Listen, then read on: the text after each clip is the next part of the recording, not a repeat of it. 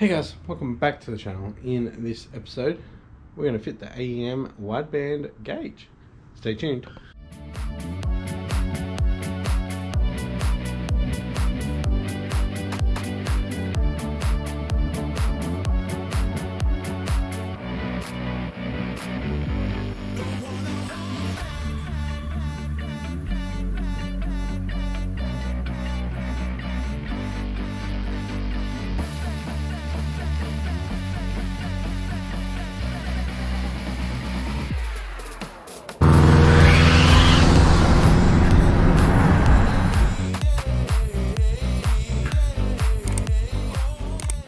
Thanks for tuning in, guys. If you haven't yet, please consider hitting that subscribe button and the post notification bell to stay up to date with all of these projects that are going on.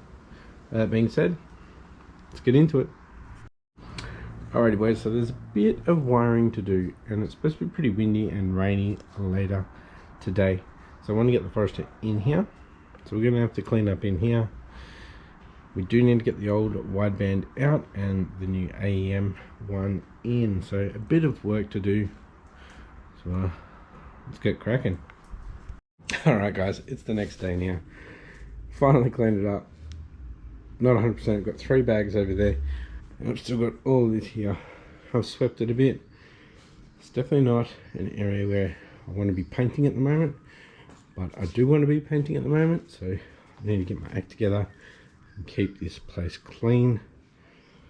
But with that being said, let's get the fuzz in here, more over to this way. So I need to be working on the driver's side, or the right hand side, depending where you're from. After wiring the wideband in, I do want to actually clean up that wiring in the footwell. So we've got a bit of work to do. So let's get into it. So the battery's flat. I forgot to turn off the master. I don't know if there's something else draining it or if it's the fuel pump.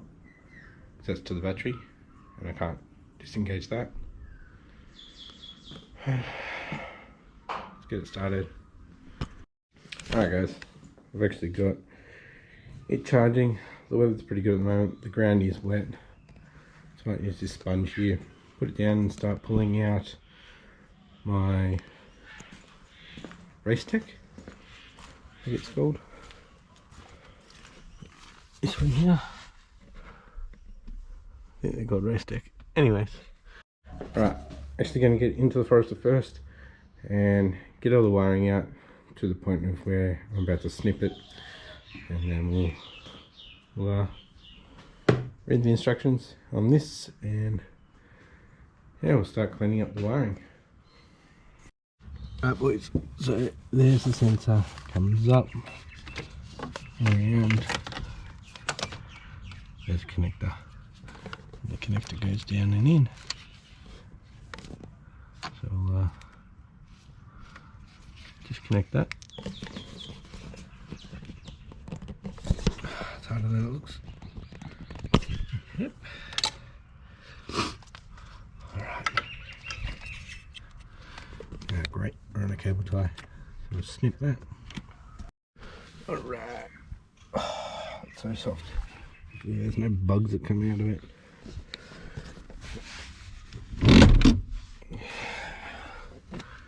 Wow, look at that mess.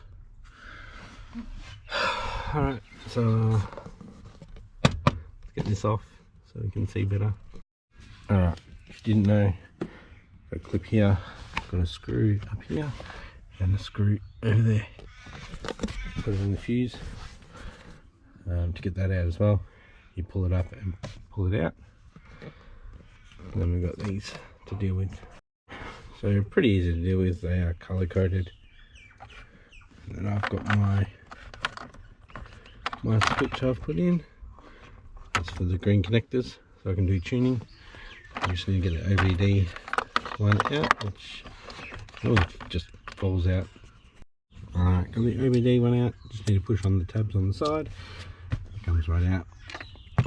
Alright. Look at that.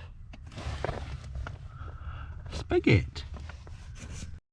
Alright, so I just pulled the wideband gauge forward so I can unclip it, so I can bring the wiring back down and see where it all goes.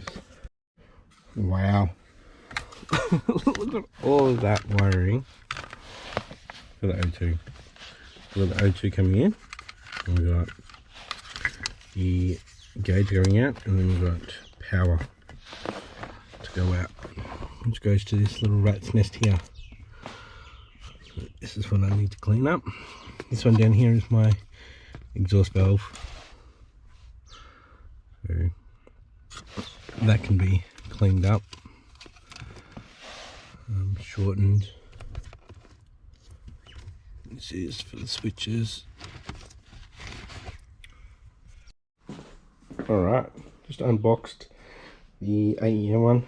So there's a gauge, its holder, power, so O2 sensor, and the wiring from the O2 sensor to the gauge. So everything just plugs into the gauge. No extra little box for power to go out and then to the gauge to the sensor. So a lot less wiring. So you read the instructions, see what these are, because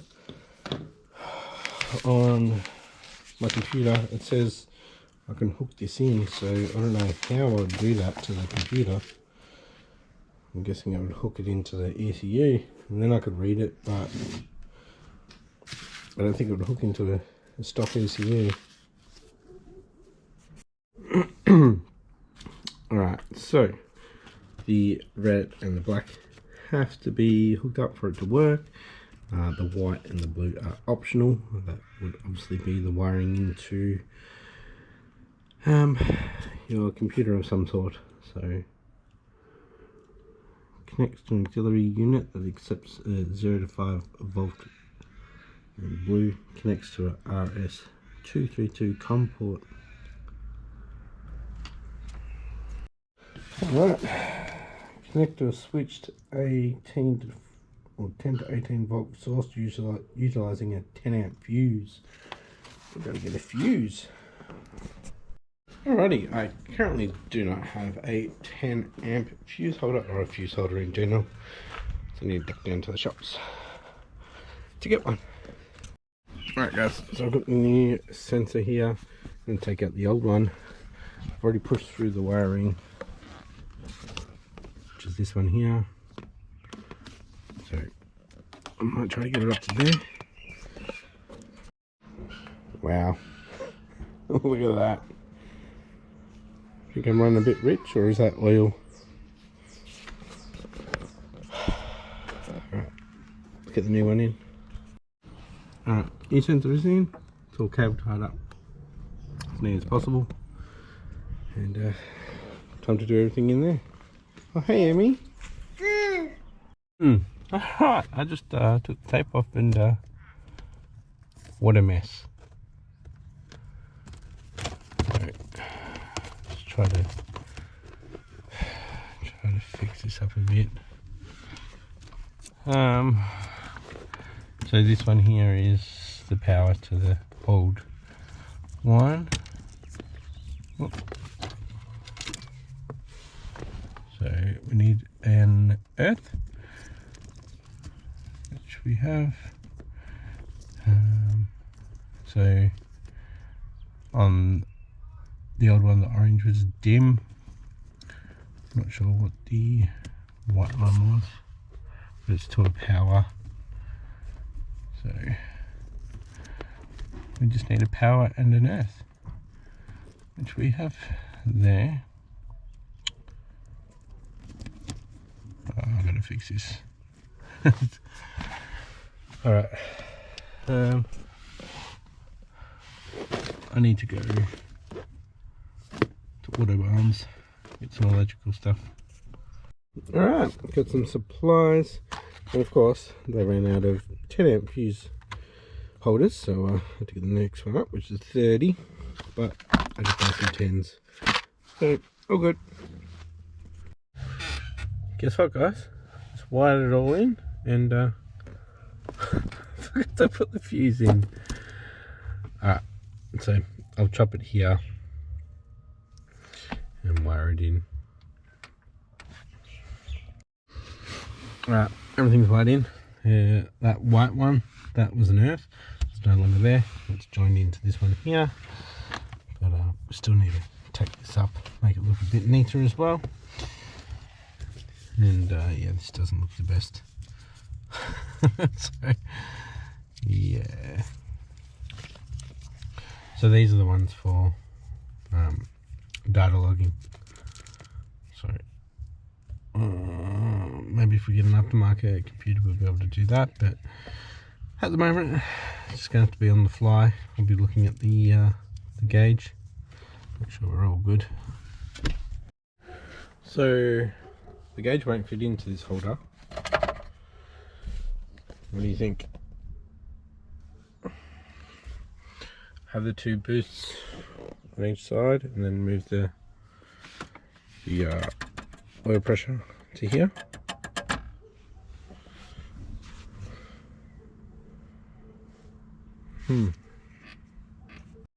I know it looks funny, guys, but we've got the AEM over here in the middle with the two boost gauges.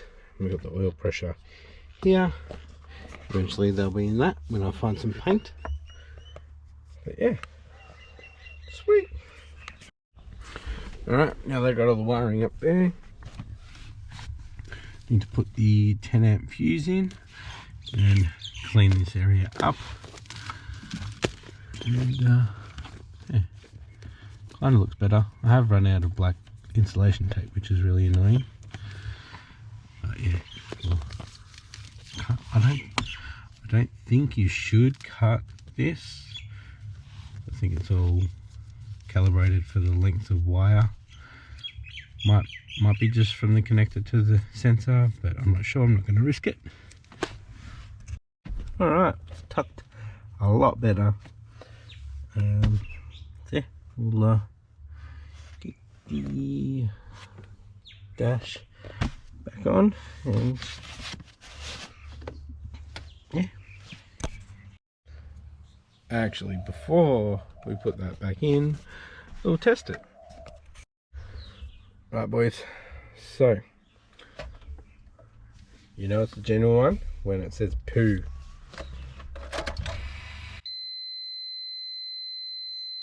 Poo.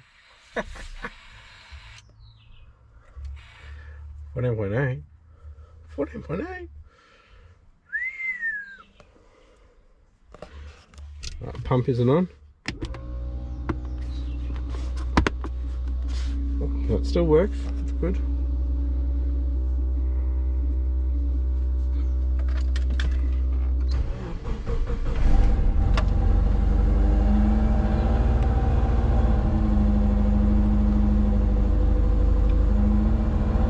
We're a bit rich there. A bit rich.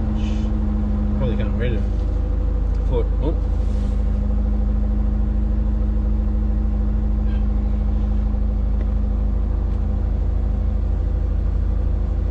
Well, that works. Yeah, boy. Hey, this one doesn't work. Damn it. Actually working. Cool. Alright, boys. All work together. I'm not actually going to go for a drive at the moment because I'm here by myself with the boys. So next episode, we'll be heading out for a drive, testing it, and probably even doing some tuning. So stay tuned for that, guys. Yeah, by the look of it, looks great. Might be running a little bit rich, which might be why it's a bit smoky too. But yeah, if you enjoyed this episode, give it a thumbs up, and if you haven't yet, please consider hitting that subscribe button, and don't forget to hit that post notification bell to stay up to date. Thanks for watching, and I'll catch you next episode. Bye.